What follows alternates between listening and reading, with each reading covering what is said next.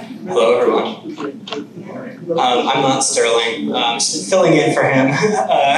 He had to take his mom to the airport. So thank you so much, everybody, for coming. Today's forum is going to be on education for ministry. I think we have a group of recent graduates and participants in this ministry. They'll be speaking to us. Do you have planned stuff to talk about? And then we'll have a period for question and answer after that. Before we get started, let's stop to pray for a moment. Gracious God, thank you for this opportunity to gather and discuss different ways to participate in your ministry through continuing education. Thank you for the opportunity to gather weekly at these forums to just learn more together and experience our gifts of intellectual ability and discussion. Thank you so much. Okay, amen. Good morning, everyone. Good morning. Thank you for coming so early in the morning. I have a slight Olympics hangover. I can't believe I could watch 4 sports at a time, but I did. We have a schedule put together for this morning. I'll be doing the introduction about EFM. My name is Susan Jester. I'm one of the co-mentors of the Tuesday night seminar here at St. Paul's. And my fellow participants, Debbie, I just had a senior moment, to Kistler. I only went on a cruise with her. I teaching with her for 6 years now. And Marti Welch and Joyce Vogel, we are all either current participants or recent graduates of the program. Orientation is on the 7th of September, I believe, right? And the 10th is our first class. So EFM is a 4-year Christian formation program founded and administered through the School of Theology at the University of Sewanee in Tennessee.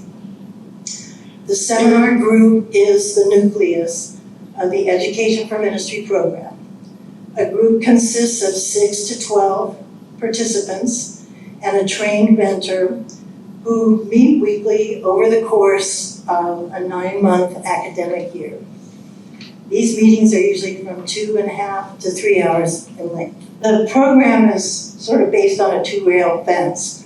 One rail is the Christian tradition, the other is the collective experience of the group's members.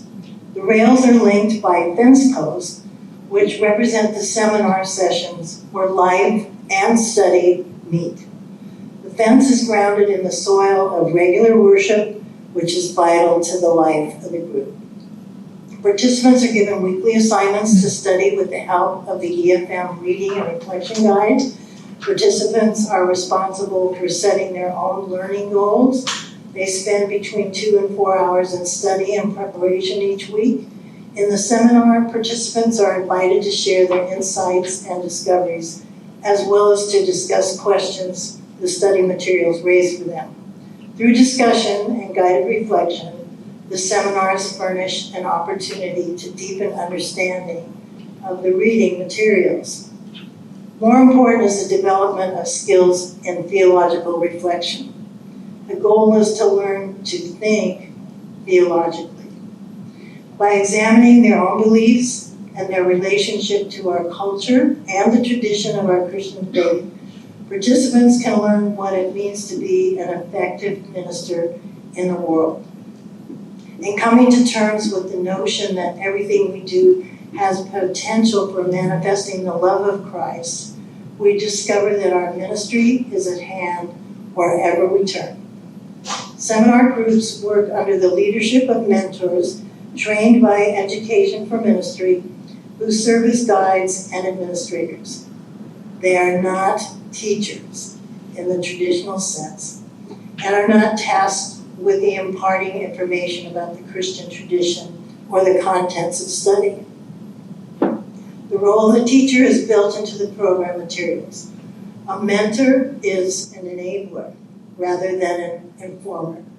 So only today will you get this type of experience in EFM, because EFM is based on interactive response and learning together. Is not an academic study in the traditional sense at all. It's an opportunity for you to learn and express what you think, how you feel about what you've read and learned the previous week. The role of the teacher is built into the materials, as I said, and during weekly seminar, the group builds an intentional, faith-seeking small group by doing these things. Beginning in the evening, we share a meal together. And we check in. That's how the group has encountered and responded to God since the last seminar. And the third part is the worship. Participants lead worship. We conclude with implications for action. And the study coursework, participants discuss insights, challenges, aha moments of assigned readings, and hospitality. We spend time together in a fellowship. So it's a small group learning, teaching experience. There are 5 core practices in education for ministry. One is living in community. The other is regular prayer and worship. We regularly meet and worship and pray together every week. Theological reflection.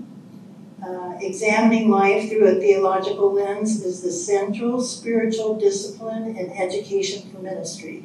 It's all focused really on theological reflection. Learning how to think theologically and share theologically. And study of the Christian tradition.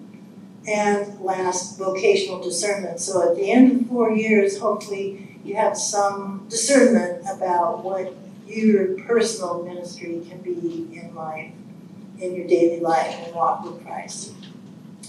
And on that note, I'll pass to Marti. Marti's, you introduce yourself and tell them what your name is.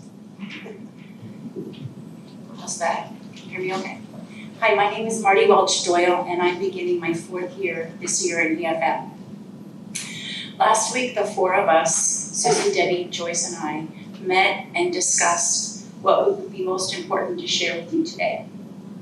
The idea of what might make education for ministry different from other educational programs stood out as very true to me. One of the mentors discussed the differences between an educational program taught through an evangelical lens and how this may be different from an Episcopal format.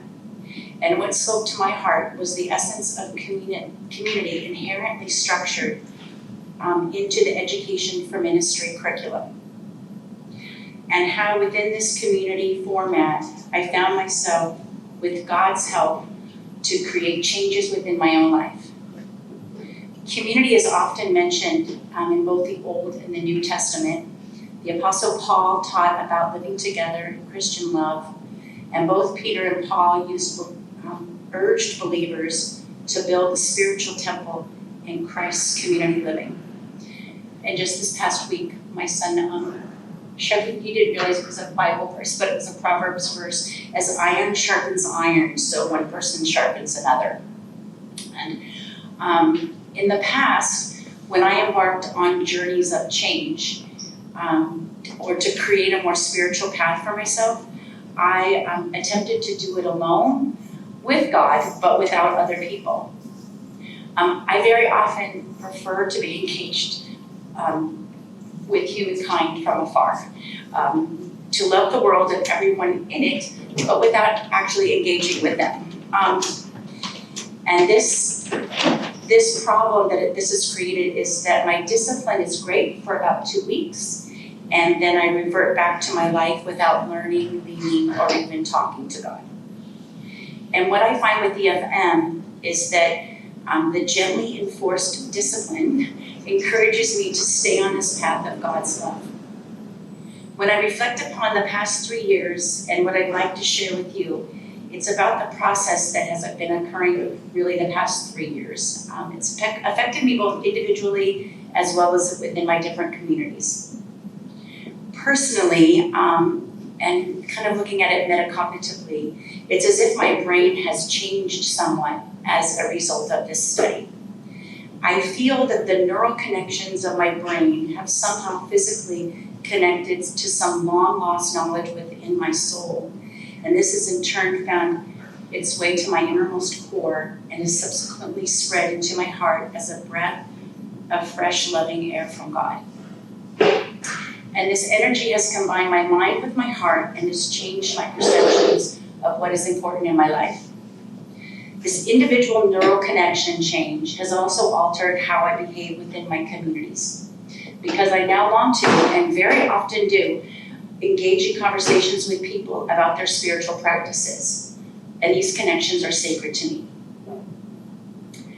3 years ago, I began sharing with a friend of mine at work about EFM over the copy machine, and about the Old Testament and how I couldn't quite get my head around so many of the principles and ideas. She was very knowledgeable and very helpful. And 2 years ago, when I first spoke at EFM, on my way to EFM, she sent me a Spotify tape of Christian motivational songs and a little prayer for me. This was very important to me. When my friend died unexpectedly this past year, I was so profoundly grateful of our friendship, which really was rooted in the spiritual discussions that we had over that copy machine. This year, about 2 weeks ago, as I looked out at my 43 students of 9th grade accelerated of period 1, I looked out and saw her son and thought, oh, this is why I'm teaching 9th grade accelerated this year, and I have it for the past 17 years. And I thought of how this connection is still going on. Melissa is still a part of my community. And perhaps within these connections is where I see God. Because of EFM, I encounter God more frequently because through this community, I'm learning to slow down and listen for God, who is always there. And this personal experience traverses through both my work and family life. And I am profoundly grateful to be trudging through the biblical trenches with my friends and other individuals of EFM. Education for ministry is a sacred experience, and I encourage everyone to begin this program. Thank you. So EFM, this year it's, like Susan said, our orientation is going to be September 7th, which is a Saturday. It's from 10 to 2. Our first meeting starts on September 10th. We go every Tuesday from 6 to 9. There are 3 times during the year that we will have a week or 2 weeks off. But other than that, it's every Tuesday. We start promptly at 6 and we end promptly at 9, or we're leaving at 9. Final meeting is June 3rd, 2025. There is a rain contingency. If it rains, you will see an email with a Zoom connection, and we'll do it on Zoom. Okay. There is on the table with the books a little blurb on EFM. It gives the website of Sewanee that you can look up more information about the education for ministry. We hope to have registration completed by the August 24th, so you do have time to pass the word around, do some praying, and see if this is something you or a friend or acquaintance may be interested in. Okay, so the cost is $350. We register through Sewanee's Pathway. I will need information such as your name that you want to be registered under, your email you want used, and your cell phone that you want used. And what I do, as I am the admin co-mentor, is I go in and register you with our group, and then they will send you an invitation. And in that invitation, it will give you instructions on what to do how to complete it, and I will also send you those instructions as well. So, some of the logistics. Every Friday, sometimes Saturday morning, you will get an email. And on that email, what it lists is who's going to do the opening worship, who's going to prepare the meal for us, what a check-in, how many minutes you get for check-in. Check-in is an invitation to share something that's happened during the week. Or if you don't want to do that, there's an optional question. This one happens to be, what is one worship song or lyric that has spoken to you, to your heart, and why? We clear the table we have 5 minutes to do that. We then focus on RRG and your readings for that week.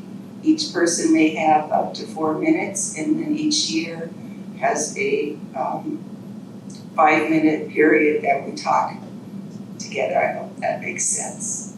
So if I'm year one, I would have my 5 minutes, and then it would be open for discussion with the group for 4 or 5 more minutes. During that time, we like to focus on what amazed me, what bothered me, what confused me, or what delighted me. We do our very best not to do a book report. We want to know how this reading and your homework affected you. Then we go on to take a larger break. Get up, we clear the table, do whatever we need to do, and we have about 10 minutes or so. Then we go on to the theological reflection. That usually starts at 8 o'clock, and we have about 45 minutes to 50 minutes to do this. And you'll learn a lot more about that when you join up. Susan and I will do the first couple of ones to start us off. Something else we do is we also do spiritual autobiographies, and that will be explained also. So I think I've gone over everything. Oh, then the last thing we do is we close with a prayer for worship. And then I know my time's up. But I also wanted to share just a little bit, because not only am I a co-mentor, but I have gone through this course in the 4 years. So, desires, what do I long for or yearn for? Questions, what do I wonder about or doubt? Explorations, what possibilities do I want to explore or test?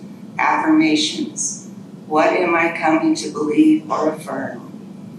Imperatives, what should, ought, or must I do? I went through my books last night. These 4 books had something I wanted to share. This is for me personally, okay? You each will have your own goals, aspirations, and what touches you in various ways. I seek some story that both makes sense of my life stories and expresses a larger meaning and purpose to what I can give myself.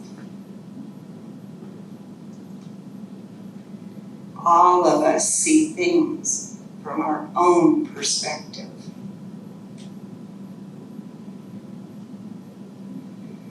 No group has a monopoly on truth. Theology ponders the deep meaning of everyday life by seeing our lives as taking place within God's life.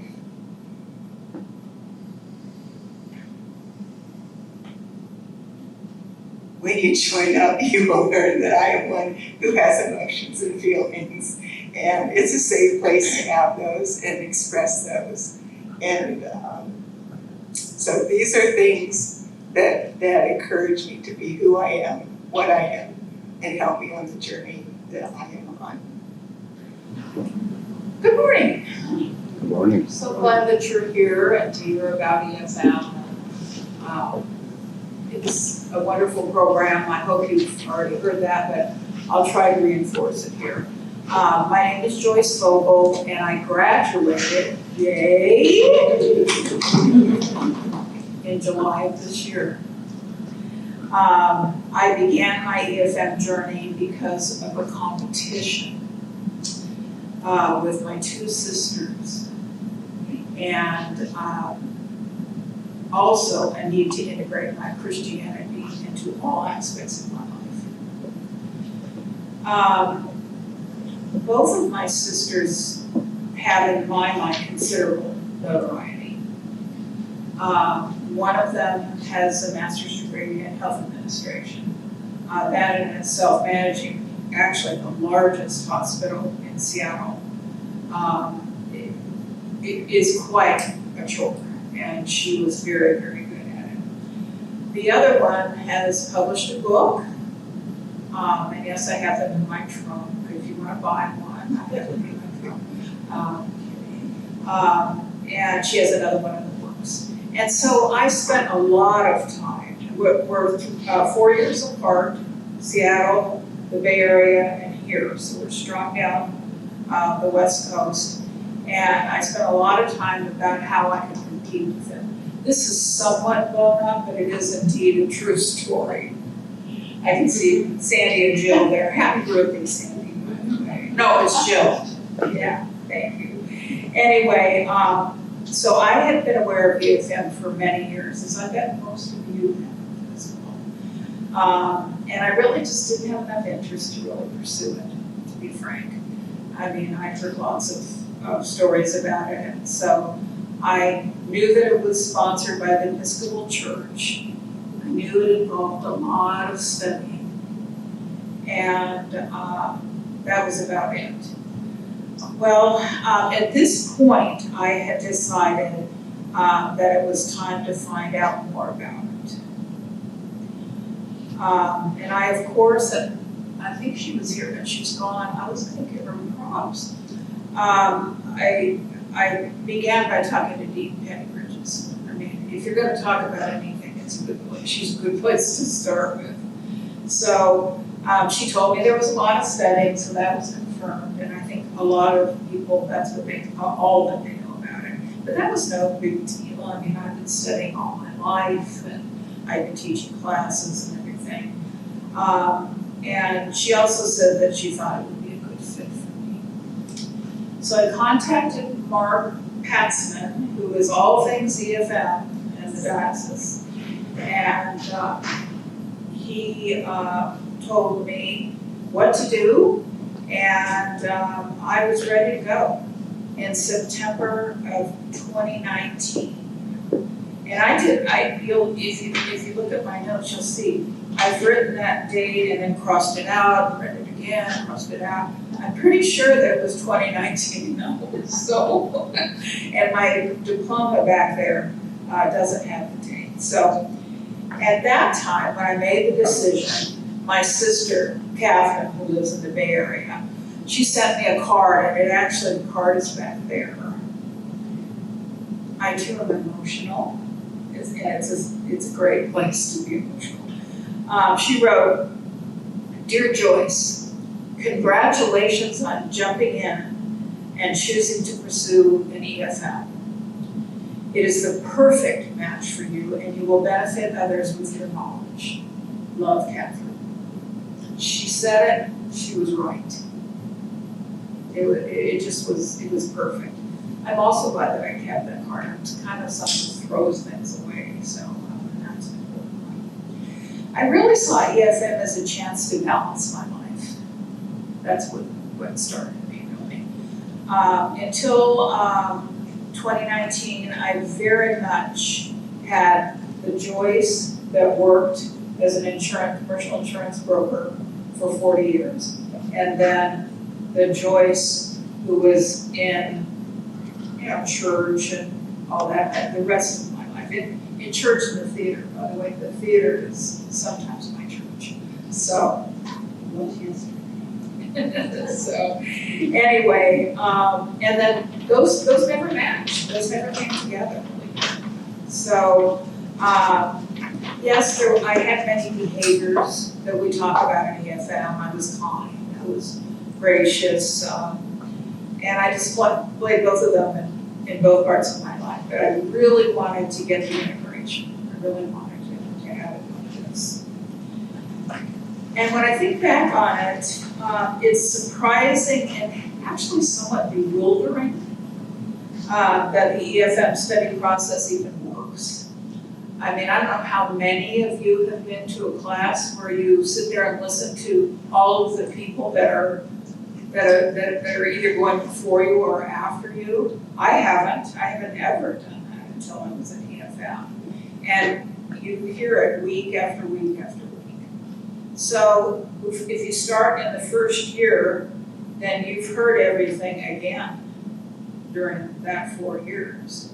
And so it's just a way that, I think the repetition really is what makes it stick. You know, it's really what keeps it together. And by the time the 4 years is over, you can't help but carry your Christian values with you everywhere you go. You don't even have to remember to put it in your pocket. It's already there. So you can choose to ignore them, but it's really, really hard. So now I find when I go into a situation, which I had yesterday, as a matter of fact, I can make that means I can now make ethical decisions thanks to all the EFM theological reflections that I've done, which you already heard describe the theological reflections. I was sitting at the theater, at Signet Theater, and I was at a table that was in the shade. I'd gotten there early. And I was waiting for my 2 companions to join me. And I would recommend the play Tick, Tick, Boom, except it's closing today. So unless you're going right after church, you're not going to make it here. So, but it's I recommend it. And a gentleman came up who was quite elderly. And he said, I'm sure you're not going to mind if I sit down here with you in the shade. And that theological reflection kicked in there. I'm thinking to myself, now am I going to tell this guy, no, you can't sit here, even though, you know, it was the only shade that was available? No, I didn't. I quickly puzzled that out and said, and he was our Marti and Mary, and he was our companion for the entire time they were sitting there with me. Had a lot to say. He had a lot to say, so pleasant. Anyway, so there's an example of how a theological reflection works. It works quickly, and you make the right decisions, and you deal with what you got to do. So being a mentor, I just want to share about this thing. The program itself is like a small group. So we're 6 to 12 people meeting every week for 36 weeks for 4 years. So you ultimately become like a little family that doesn't end when the time is over, when the graduation happens. But the purpose of EFM, and I would go back to just explaining, there is an educational, obviously academic component to it, because all the texts that we have and the books that we read come straight out of the School of Theology in Sewanee. So you're getting the same educational aspect that you would get if you were in the seminary. But the emphasis is more on the spiritual aspect in your daily life. EFM is the term education and ministry, and education for ministry frequently need unpacking to better understand both the content and purpose of the program. Some expect EFM to be a course in religion or theology. like one might be taught at their local college or university, and some expect it to be geared toward preparation for becoming an ordained minister or pastor, for such is the limited understanding of ministers in contemporary culture. EFM is actually neither of these, although it does provide an education in the content of the Christian tradition through reading the Bible alongside some basic biblical commentary, church history, and practical introductions to Christian theology and ethics, as well as through encouraging an appreciation for ways in which Christians respond to encounters with those of other faiths. EFM also explores a wider concept of ministry, based as it is in an understanding that baptism, the fundamental rite of entry into Christianity, marks our call to minister to one another in Christ's name in the course of our daily lives. So as Marty explained, our job as mentors, because you are reading each, there's 4 years. First year, you're reading the Old Testament plus some additional text. Second year, you're reading New Testament plus some additional text. Third year, you're reading the 3,000 years of Christianity, which is a very interesting book. And the fourth year, all those texts that you're given to read are various views on theology. So what you're discussing every week is what you've read and your take on what you've read and how it has affected you or what you like about it, what you don't like about it. So you're not being told you must believe this, this, and this from what you're reading. You actually have the ability in these seminars to share what it means to you and how you believe and what you think, and in a small group setting. So our job as mentors is just to facilitate the smooth flow of the evening's discussion. We're not teachers and we're not your therapists. But we do discuss, because we have a moment of silence, so to speak, with EFM. It is the opportunity to share some very personal things in your life if you wish to do so. And in the context of what's going on with you, your life, in relation to your Christian walk. I hope I'm making sense. So in the class of 12 people, there are all 4 years of people. So there's the first year people, the second year people, the third year, and fourth year people. So you get this broad perspective on all of that every week in your seminars. The folks at Sewanee call these meetings seminars, and they also refer to the group as a cohort. So it's not really a class, but it's a seminar in which everyone engages in thought and discussion. And it's been my great pleasure and honor. I've been mentor. I started co-mentoring in my second year of the class, of the study. So I've been at it for, I think, 8 years now. And it's a great, exciting thing for me to watch people grow in their faith and their knowledge. And it was a learning experience for me because I grew up in the evangelical tradition where we don't study anything but the Bible. So I had absolutely no knowledge of church history whatsoever. And and I was able to widen my perspective on things and hear other people's opinions about things, about getting my blood pressure up to a dangerous rate. But it's been a wonderful, wonderful learning experience for me, both as a mentor, watching others growing together, and what God is doing in all of our lives every week is just pretty cool. Very quick history of the University of the South School of Theology. My biology teacher in college, Dr. Pengelly, I cannot believe that I can remember his name after 50 years, but it was him. He told me that you should obtain the credentials of the people who are teaching you, or the institute that you're teaching you, that is teaching you. They're giving you knowledge, so you need to know what's going on. So the EFM certificate is issued by the University of the South, School of Theology, and mine is in the back if you want to look at it. And I've already got it, it's impressive looking. I'm about to hang it up, and wow, it's going to really improve my own desk area.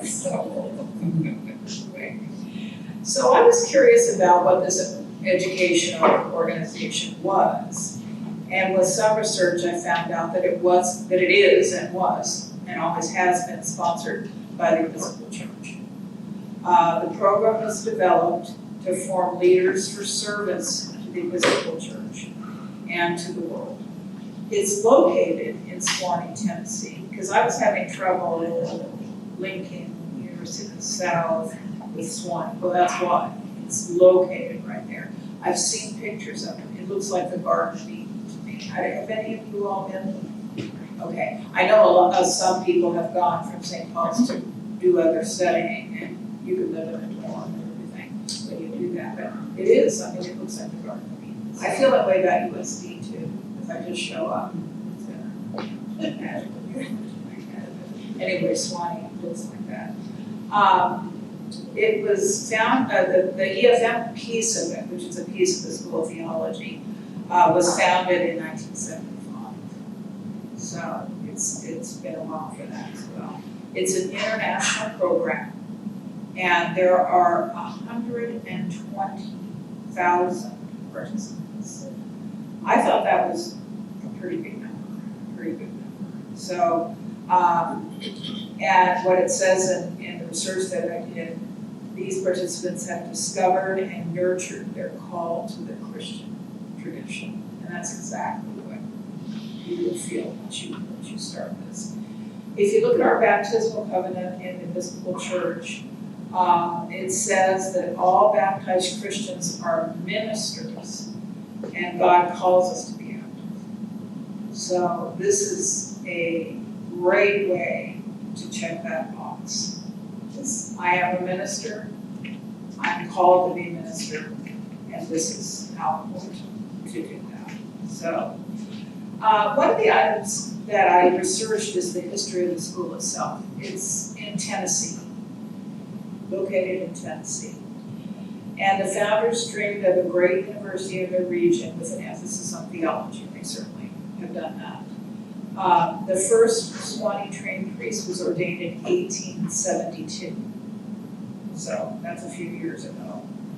The University of the South also has roots in slavery and the slave economy.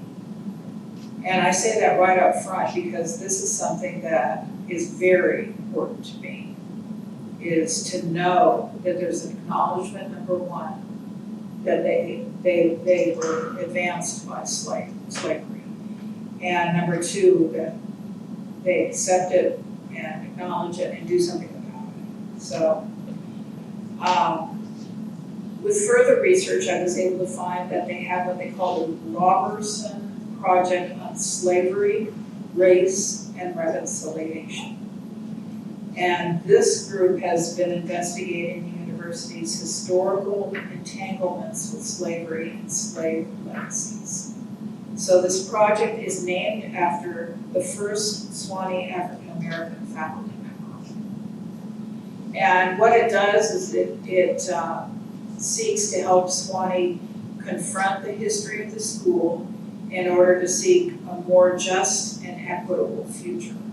I was not able to confirm whether literal monetary reparations were made, but I can tell you from my perspective that it definitely has scholarship and it's improved the area in Sewanee, so it's put them on the map. Closing prayer, open for discussion. We'll take some questions and answers. We have about 15 minutes left. I wanted to make sure you all know the books Debbie brought, most of them are on the table back there, so you can take a look at the text. And I also printed out a copy of what you study each year, what books go with what years. That's back on the table, it's also ready. Did you get one, Tara?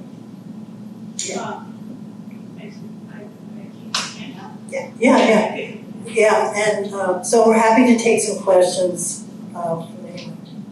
Thank you all very much, by the way. I'll pass around the mic. Or rather, perhaps you could come to me. He's on the key too.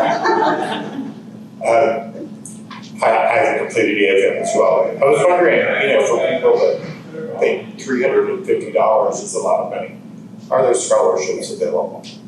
May I answer this? Yes, there are. The diocese, number one, has a scholarship.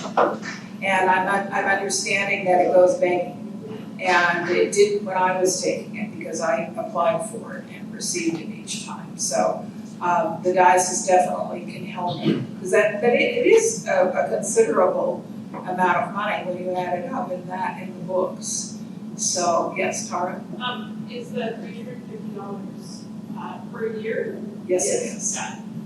Yeah. So yes, there is scholarship money. Go out there. I think it's kind of similar to a yoga membership. If I didn't pay, I don't know if I would go. There's something about giving that money and then saying that I think something's important. I'm going to show up. I'd like your perspective on the ways in which EFM addresses the practices and beliefs of other faith traditions apart from Christianity and how that interfaces with the Christian practices that EFM supports. So the fourth year is all that. My faith, my neighbor's faith, mysteries of faith, beyond binary God, beyond the binary God, the Christian moral life. Some of these books are fourth year, some of these books are books that are twice a year, we will read the same book. So it does that throughout in various ways. No, that didn't answer.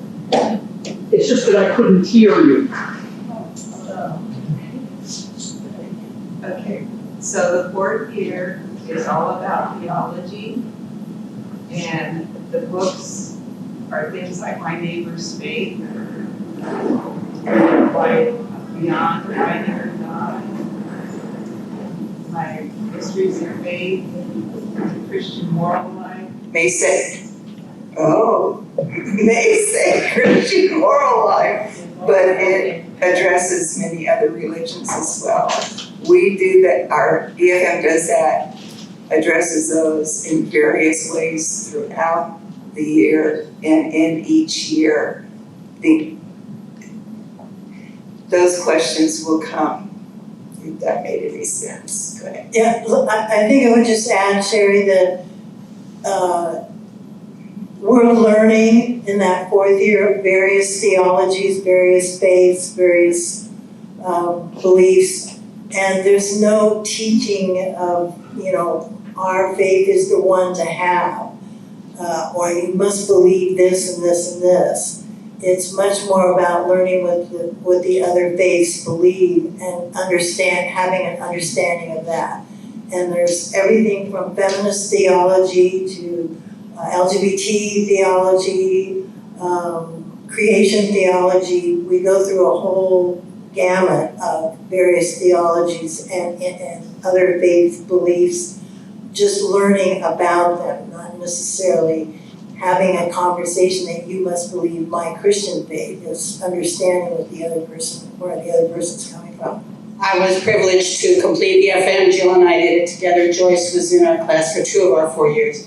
And that's a really good question, Sherry, about what about other faiths other than the Christian faith. One of the things about the small group experience is during the opening and the closing, and certainly during the discussion during our sessions, prayers from different faith traditions are brought in, whether it's a Hindu reflection or a Jewish prayer, and that really enhances the experience. It did for me, and I think it's and you talked a lot, Marty, about community, and I think you all have done that. So that was the most beautiful part of it, and then sharing a meal at the beginning. So our 2 years on Zoom are a little difficult, but it got us through, Joyce. Anyway, so thanks again. That's a really legitimate question, Sherry. It's born in the Episcopal Church, but it really honors all traditions, and we get to learn more. And I was just going to say as well that, like our group this year, we have a Catholic priest that is going to be first year. We've had Methodist ministers. So while EFM is education for ministry, it is not restricted by any means to the Episcopalian faith. Yeah, I guess my question comes from, has to do with Eastern practices. So Hindu, Buddhist, like that. Is it addressed well, in your opinion? And when does it show up? What do you mean by when does it show up? What year? It's mostly fourth year. So the one that I just completed. Debbie, may I have the Beyond the Binary God? This book right here is worth going through all the other 3 years to be able to read it, or just buy it now. It is subtitled A Theology for Trans Allies. It spoke to me. You would not believe how much it spoke to me. And it brings in a lot of Eastern traditions. I mean, to my mind, it was extremely well done. And again, it was that integration.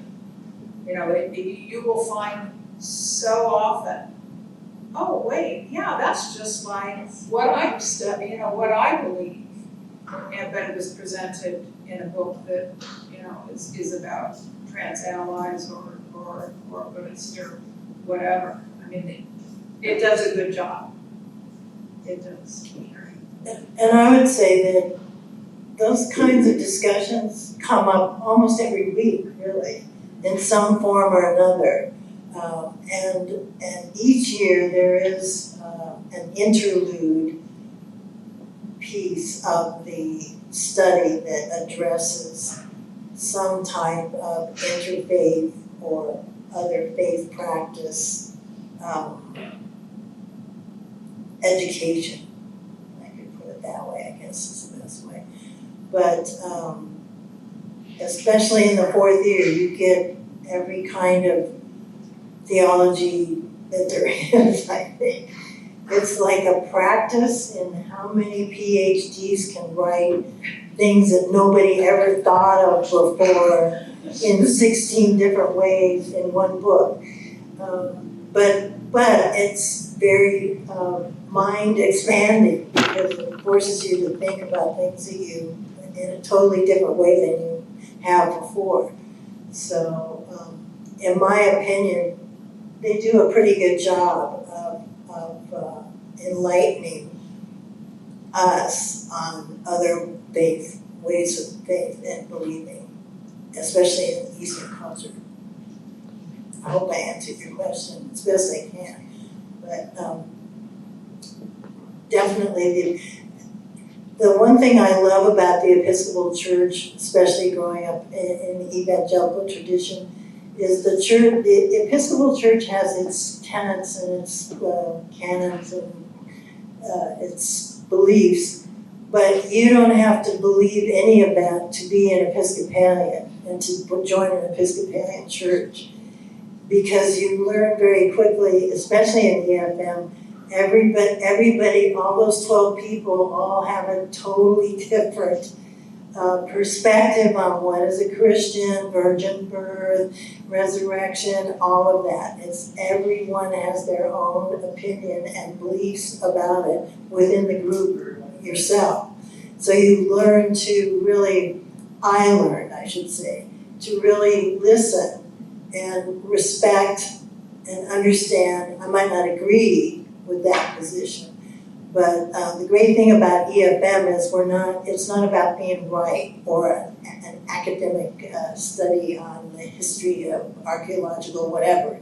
It's much more about listening to the other person and learning from them as well as what you learn yourself each week in your reading. And with that, we really like to respect our time here, so I'm going to do a closing prayer. A prayer of Thomas Merton. God, we have no idea where we are going. We do not see the road ahead of us. We cannot know for certain where it will end, nor do we really know ourselves. And the fact that we think we are following your will does not mean that we are actually doing so. But we believe that the desire to please you does in fact please you. And we hope we have that desire in all that we are doing. We hope that we will never do anything apart from that desire. And we know that if we do this, you will lead us by the right road, though we may not know, though we may know nothing about it. Therefore, we trust you always, though we may seem to be lost and in the shadow of death. We will not fear, for you are ever with us. You will never leave us to face our perils alone. A yielding prayer. Holy Spirit, as uncomfortable as it is to pray this, today I ask you to give me whatever gift you want to give me, and I yield myself to whatever plan you have for using it. Wherever I am, whomever I am near, I give you permission to work through me. Amen. Thank you all so much. We'll hang out a little bit, answer any questions, check out the books. If you are interested in registration or further pursuit, see Debbie. She does all the work, I just talk. Thank you for very much. Just a reminder to everybody, there's no forum next week, and then after that, we'll resume with regular programming. So, thank you very much again. Thank you.